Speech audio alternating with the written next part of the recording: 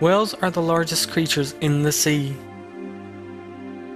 The species known as the blue whale can reach 30 meters in length and weigh more than 130 tons. Yet despite being so large and heavy, blue whales can comfortably dive down to the depths of 800 to 1,000 meters and quickly rise to the surface again.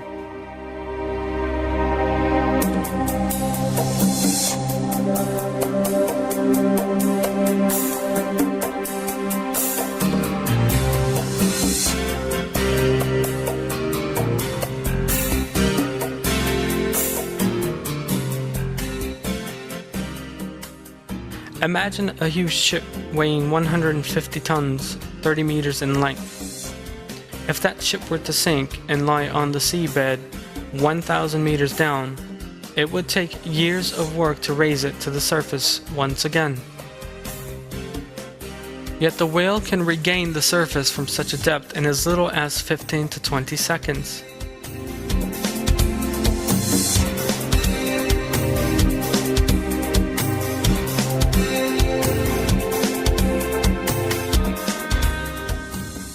Because the whale's bones are made from a spongy substance and are filled with fat, by way of which it is easily able to rise to the surface from the enormous depths.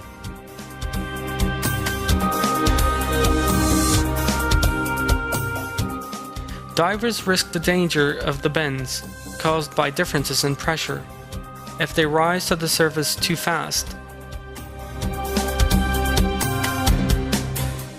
The air inside the lungs cause air bubbles to form inside the blood vessels by suddenly entering the circulatory system. These air bubbles can prove lethal since they damage the order present in the blood flow. Yet although whales, like us, breathe air, they never encounter such a problem. Because as they dive, they move with empty lungs, unlike human beings with full ones. Since their lungs are not filled with air, there is no danger of their suffering from the bends, as that air mixes with the circulation.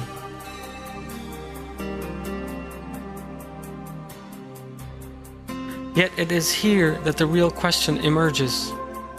If whales who do not fill their lungs with air, how are they able to avoid suffocating from the lack of oxygen? The answers to that question shows us that the whale possess a flawless structure. These animals' muscles contain a high level of the protein myoglobin. These proteins bind to the oxygen molecule and preserve it. In other words, the oxygen the animal needs is stored directly in its muscles rather than in its lungs.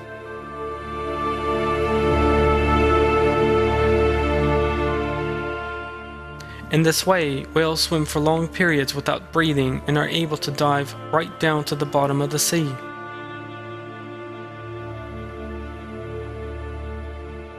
Myoglobin is also found in human beings, but at a lower level, so it does not allow us to swim in the same way. This biochemical arrangement, unique to whales and dolphins, is of course clear proof of a marvelous system in its creation.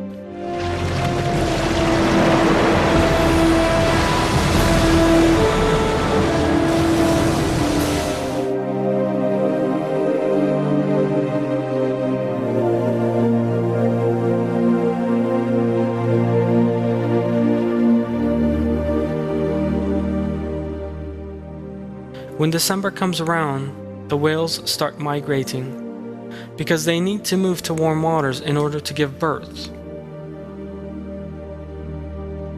Every year in December and January they swim from the Arctic Ocean to California on the southern coast of North America. This calving site is of a special importance to their survival. It is essential that whales give birth in warm waters if their calves are to survive. The most noteworthy feature of this time is the way that pregnant females eat nothing and feel no need to do so.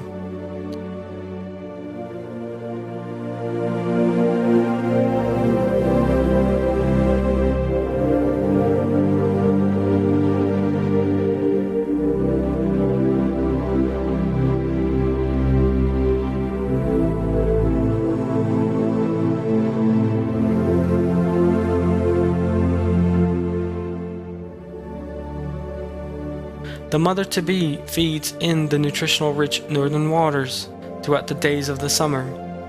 She thus acquires a thick layer of fat containing more energy than she will need on her long migration.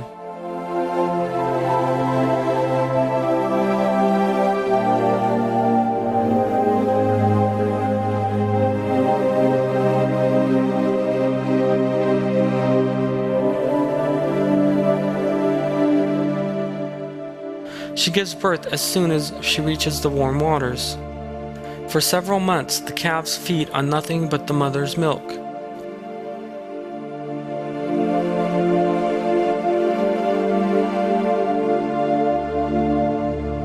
This is rich in fat and protein, and thus the calves grow quickly and store fat in their bodies.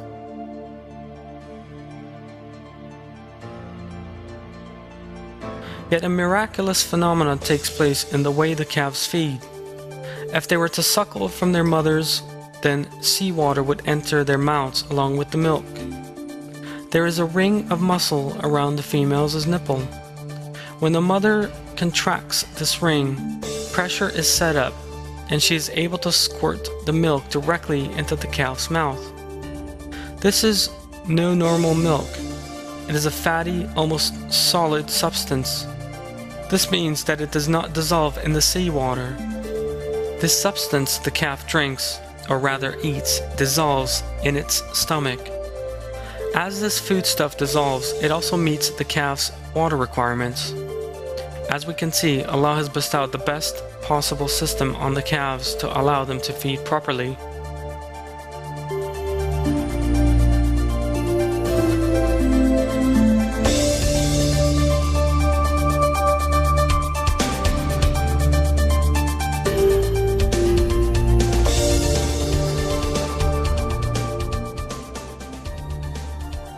Right from the very beginning, Allah knows what the calf will need and the kind of body structure it will have, because it is Allah who created the entire universe, from the earth to the sky, and who maintains that creation at all times.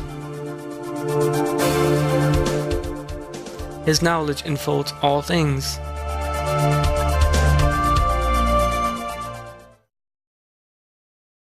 The seven heavens and the earth and everyone in them glorify Him. There is nothing which does not glorify Him with praise, but you do not understand their glorification. He is all forbearing, ever forgiving.